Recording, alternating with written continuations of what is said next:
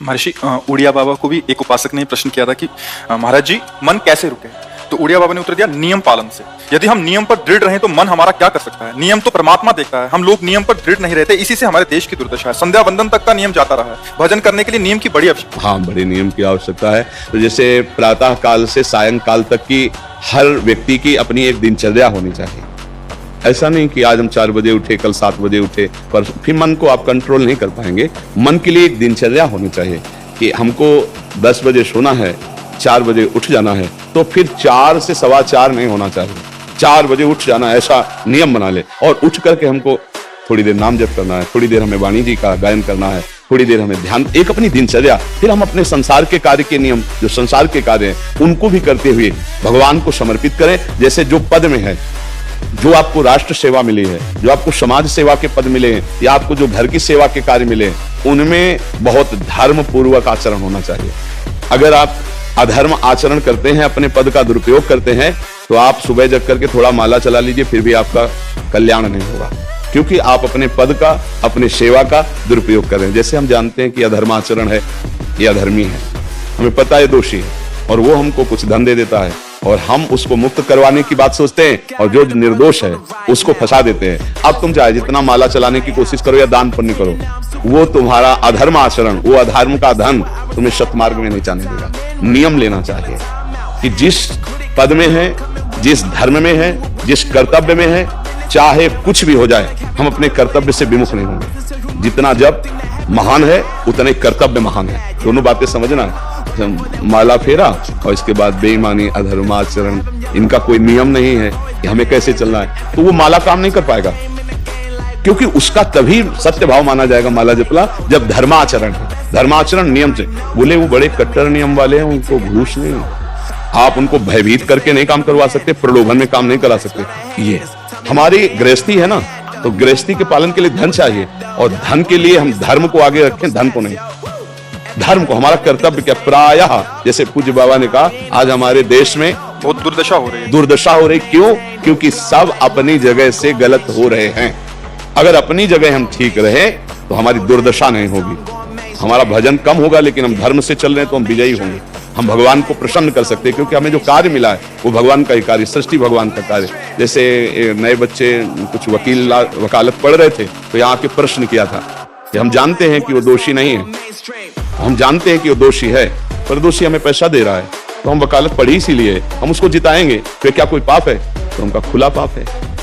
बोले नहीं, हमारी कोई ऐसा कंपनी दो, ऐसा कुछ बोले कि हमारी कंपनी को ये सिखाया जाता है, तो हमको तो ये करना ही होगा, अगर नहीं करेंगे तो हमारी वकालत का मतलब क्या रहा? तो नहीं, वकालत का मतलब अधर्मी को मुक्त करवाना नहीं है, वकालत का मतलब अधर्मी के सबूत एकत्रित करके उसको दंड दिलवाना है, और धर्मात्मा को मुक्त करवाना है। अब इसके लिए आपके पास अर्थव्यवस्था अगर कमजोर भी है, तो धर्म व्यवस्था आपकी पूरी है। धर्म व्यवस्था ठीक है तो परिवार स्वस्थ रहेगा, सुखी रहेगा, भगवान आप पर प्रसन्न रहेंगे। अच्छा, फिर हमने तर्क रखा कि जैसे आपकी बहन के साथ कोई गलत व्यवहार करे, आपको पता है, और वो आपको 10 लाख रुपया घूस दे, तो क्या आप उसका पक्ष लेंगे? नहीं, तो फिर दूसरी बहन के साथ किया। अब यहाँ विचार करना ना, अपने भाई का अगर कत्ल किए हो, मुझे पता हो कि ये दोषी है, तो क्या हम पैसे से उसको मुक्त करने देंगे?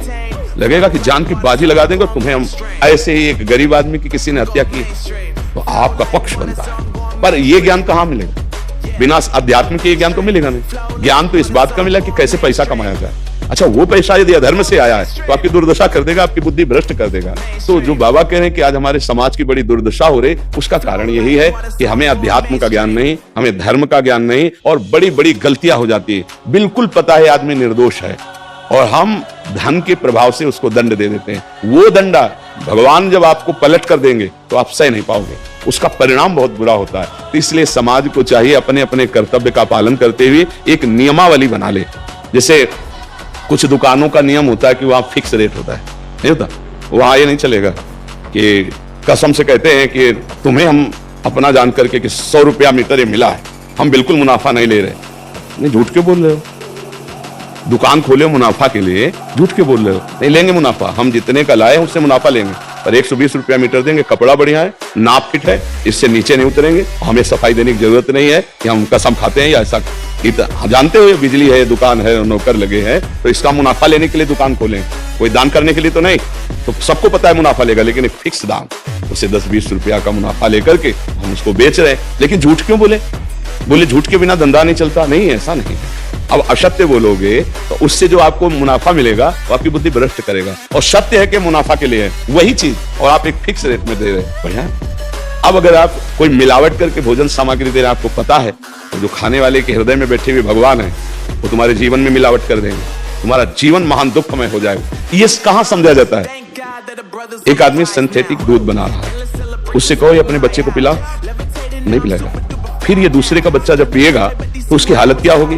दूसरे शरीर में जाएगा तो हालत क्या होगी? वो केवल धन की बुद्धि रखता है। एक आदमी घी में केमिकल मिला रहा है, एक ऐसे अभक्ष पदार्थ मिला है, वो स्वयं नहीं खाएगा, लेकिन वो होटलों में भेजा जाएगा, हजारों लाखों लोग खाएंगे, बीमारी बढ़ेगी, उसको रुपया से मतलब है। ये चीज, ये दुर्दशा हर जगह धर्म का ज्ञान न होने के कारण फैल रही, नहीं फैल रही। एक मरीज बीमार है, असली दवाओं में पैसे ज्यादा है, नकली दवा लेकर के असली के दाम में बेच देना, उसको बिल्कुल फायदा ना होना। लेकिन परमात्मा देख रहा है, तुम जानते हो नकली दवा है, वो तो नहीं जानता, बेचारा ज्यादा पढ़े लिखे नहीं, किसान आदमी गांव का आया है, तुमने दे दिया और उसने पैसा दिया असली के। अब वो पैसा तुम्हारी बुद्धि भ्रष्ट करेगा, तुम्हारे परिवार में कलह पैदा करेगा और तुम्हारा पतन कर देगा। ऐसे हर डिपार्टमेंट में, हर विषय में यदि हम अपने धर्म से चले, अपने सत्य से चले और थोड़ा भी भजन होगा, वो आपको उत्तम गति प्रदान करेगा। पर ऐसा कहां समझ में आ रहा है? अध्यात्म के बिना भला ऐसा समझ में आएगा? तो इसीलिए कह रहे हैं हमारे देश की दुर्दशा हो गई। पूर्वजों में पहले यह था कि हमारा धर्म नहीं जाना चाहिए चाहे प्राण चले जाए, हमारा चरित्र नहीं जाना चाहिए चाहे सर्वस्व नष्ट हो जाए। आज इसकी कोई परवाह नहीं, तो उसी से बुद्धि भ्रष्ट हो जाती है, जीवन एक पशुवत आचरण वाला हो जाता है और वो अपने को बड़ा सुखी समझने लगते हैं कि हमारे पास बड़ा वैभव है। लेकिन प्यारे, उस दिन को याद करो जिस दिन तुम्हारा आखिरी समय होगा, ना तुम्हारा फार्म हाउस जाएगा, ना महल तुम्हारा जाएगा, ना बैंक बैलेंस जाएगा, ना कोई व्यक्ति और ना ये शरीर। अब तुम्हारे कर्म तुमको भोगवाएंगे। उस समय की कौन याद करता है? अगर उस समय की याद हो तो भय लग जाए कि नहीं पाप नहीं करूंगा, क्योंकि जाना यहां से। अच्छा, कब जाना कुछ पता लगे, किसी भी समय ट्रांसफर हो सकता है इस शरीर से। तो हमें लगता है कि महापुरुषों के जो वचन है कि हमें एक नियम से जीवन जीना चाहिए, धर्म पूर्वक जीवन जीना चाहिए, अपने कर्तव्य का पालन करना चाहिए। जो हमारे लिए कर्तव्य, आज प्रायः धन प्रधान बुद्धि होने के कारण कर्तव्य स्वाहा हो रहा है। एक विद्यालय में विद्यार्थी के लिए जो गुरु पद में बैठा है, उसका क्या कर्तव्य है? वो अपने कर्तव्य को भूला हुआ है। भला छोटे छोटे विद्यार्थियों को, जिनकी नींव पूरे राष्ट्र सेवा में, समाज सेवा में ये बन सकते हैं, अगर उनको हम सही शिक्षा नहीं दी तो उनका पूरा जीवन बर्बाद हो जाएगा। अगर उनको हम गलत सपोर्ट कर दिए तो उनका पूरा जीवन बर्बाद, क्योंकि नया जीवन है। और जगह जगह अपने अपने कर्तव्यों का यदि पालन किया जाए तो पूरा समाज सुखी हो जाए। लेकिन कर्तव्यहीनता आ रही, कोई अपने कर्तव्य को नहीं समझ रहा है। तो यही बात महापुरुष जनों को दुख लगता है कि अगर सब अपने कर्तव्य का पालन करें, धर्म का पालन करें, भगवान का नाम जप करें तो सब सुखी हो जाए। सुख सब चाहते हैं और आचरण दुख वाले करते हैं, इसीलिए सुख नहीं मिल रहा है, परिणाम में हमें दुख मिल रहा है। सच्ची मानना, वो रुपया पूरे परिवार में अशांति पैदा कर देगा। और धर्म पूर्वक 100 रुपया लाओगे, 4-5 परिवार के बैठ के नमक रोटी खाओगे, आनंद से सोओगे, बड़ा प्यार रहेगा, भगवान की कृपा रहेगी। पर यह बात समझ में नहीं आती है। तो ये वृत्ति अगर छोड़ी ना जाएगी तो कुछ भी कर लो, कहीं भी दान पुण्य कर लो, लाभ नहीं मिलेगा। अगर दान देने की बात कही गई है तो धर्म पूर्वक कमाए हुए धन से। अगर आप मेहनत से कमाए हो ना, 10 रुपया दे दोगे ना, तो 10 रुपये का वो आटा लाके अगर 2 रोटी खाएगा तो खूब भजन होगा। और आप 1 लाख रुपया बेईमानी कर दोगे ना, तो बैठे बैठे वो गंदा ही सोचेगा, भजन नहीं होगा। उसका गंदा सोचना और आपका गंदा करना, दोनों मिलकर के, उसके कारण भी तो आप बने ना, तो आपका ही पतन हो जाएगा। उसको तो भगवान बचा लेंगे, क्योंकि भगवान की शरण में। तो मुझे लगता है अधर्म के धन से कभी किसी को लाभ नहीं मिलता। तो अपने कर्तव्य का पालन करते हुए यदि नाम जप किया जाए तो बहुत जल्दी हमको लाभ प्राप्त हो जाए। बहुत सुंदर, मतलब ये चर्चा होती है, अगर आप लोग इसको धारण कर ले तो निहाल हो जाएंगे। सच्ची कह रहे, ये जो बातें हैं ये बहुत सुंदर जीवन को पुष्ट करने वाली हैं, पर आप धारण कर लें तो बात है।